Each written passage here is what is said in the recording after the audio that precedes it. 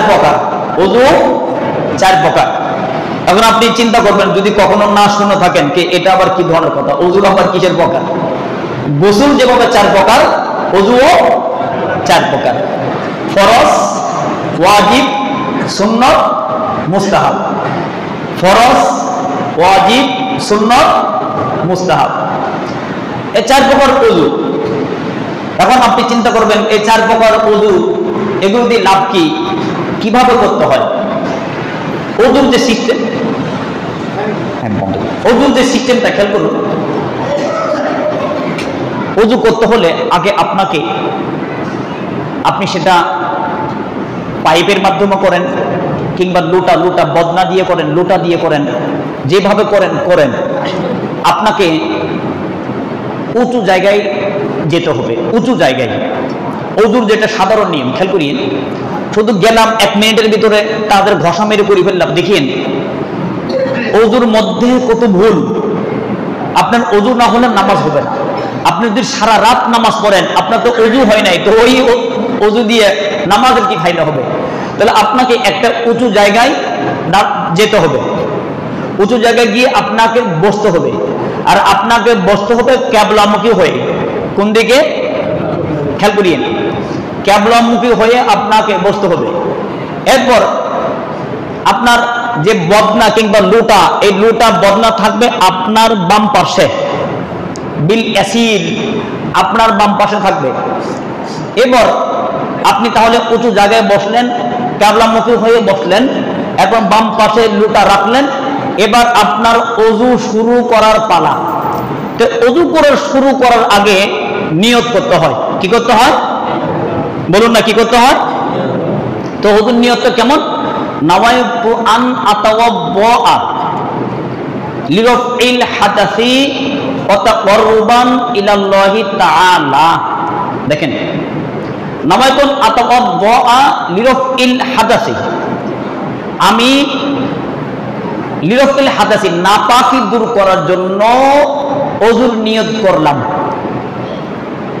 ওয়া তাকাররুবান ইলাল্লাহি তাআলা, এবং ওই ওযুর মাধ্যমে আমি আল্লাহর নৈকট্য লাভ করতে চাই। কার নৈকট্য? ওযুর মাধ্যমে আমি আল্লাহর নিকটে যেতে চাই।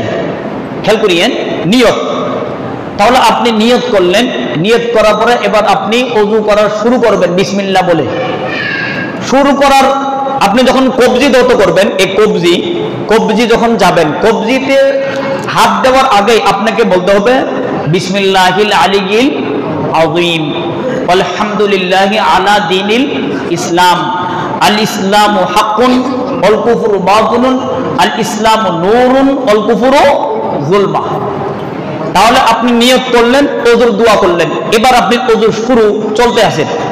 হাত ধুইতে ডান হাত ধোয়ার সময় এক দোয়া আছে, বাম হাত ধোয়ার সময় এক দোয়া আছে, নাকে পানি দেওয়ার সময় দোয়া আছে, কুলি করার সময় দোয়া আছে, আপনার মাথা মাসে করার সময় দোয়া আছে, আপনার কান মাসে করার সময় দোয়া আছে, ঘাট মাসে করার সময় দোয়া আছে, পা ধৌত করার সময় দোয়া আছে।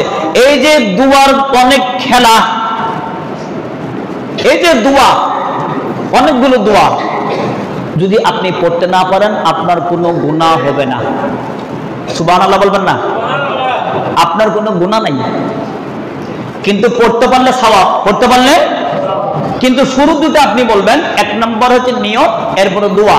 এই দুটো কিন্তু আপনাকে খেয়াল রাখতে হবে। আর বাকিগুলো যদি আপনি পড়তে না পারেন কোনো সমস্যার কারণে, মুখস্থ নাই, আপনার সমস্যা নাই, আপনার ওযু হয়ে যাবে। এবার আসুন, ওযু করার পর ক্যাবলামুখী হয়ে আপনারা জানেন যদি লোটা কিংবা বদনায় পানি থাকে, ওই বদনার অবশিষ্টাংশ কিছু পানি পান করা জায়েজ, ওই কিছু পানি পান করা জায়েজ এবং খাওয়া যায়, সওয়াব আছে। ওই পানির মধ্যে শেফা আছে। কি আছে? শেফা। খেয়াল করিয়েন, ওই পানির মধ্যে শেফা আছে।